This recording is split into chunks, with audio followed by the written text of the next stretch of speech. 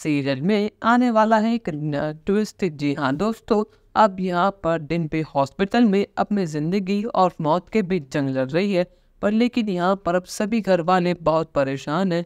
Doctors ने बहुत कोशिश करी पर लेकिन यहाँ पर डिम्पी बहुत बुरी तरह जल चुकी है। पर लेकिन फाइनली डिम्पी को होश आ ही चुका है, उसका ऑपरेशन हो चुका है और ऑपरेशन सक्सेसफुल रहा। पर लेकिन यहाँ पर डिम्पी ने जीने की चाह छोड़ दी है। अब यहाँ पर डिम्पी को अपने आप से नफरत हो चुकी है कि अपनी ज़िंदगी इस तरह कैसे बिताएगी, क्योंकि उसकी पूरी बॉडी बुरी तरह जल चुकी है। यहाँ पर डॉक्टर्स ने बहुत कोशिश करी और उसका चेहरा, उसके हाथ पैर सब चीज़ें ठीक करने की कोशिश करी, पर लेकिन सब चीज़ें पूरी तरह ठीक नहीं हो पाई। अब यहाँ पर डिम्पी के पास कोई ऐसे वजह ही नहीं है जिसके लिए वो जिए। पर लेकिन जैसे ही टीटू और बाकी सभी घर पर डिम्पी के पास पहुँचते हैं, यहाँ पर टीटू डिम्पी को अपने गले से लगाता है और कहता है कि डिम्पी तुम ठीक तो हो ना। पर लेकिन यहाँ पर तो डिम्पी एक बहुत बड़े शॉक में, उसको भी यकीन ही नहीं हो रहा कि उसके सन पल भर में ये क्या हो गया। अब यहाँ पर डिम्पी कहती है कि टीटू, मेरे जाने के बाद अंश का ध्यान रखना।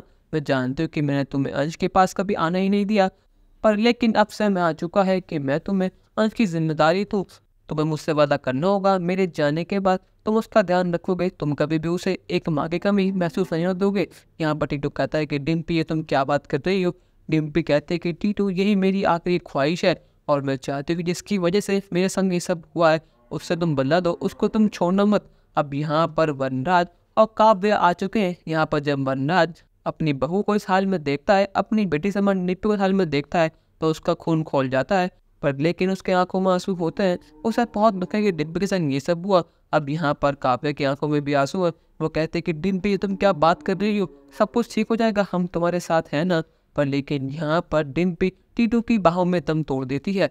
अब यहाँ पर टीटू को समझ नहीं आ रहा कि उसके संग आखिर ये हुआ क्या। यहाँ पर डिम्पी कुछ पल पहले तो बोल रही थी, पर लेकिन अब डिम्पी कुछ नहीं बोल रही। अब यहाँ पर डिम्पी ने हमें हमेशा हमेशा के लिए अलविदा कह दिया है।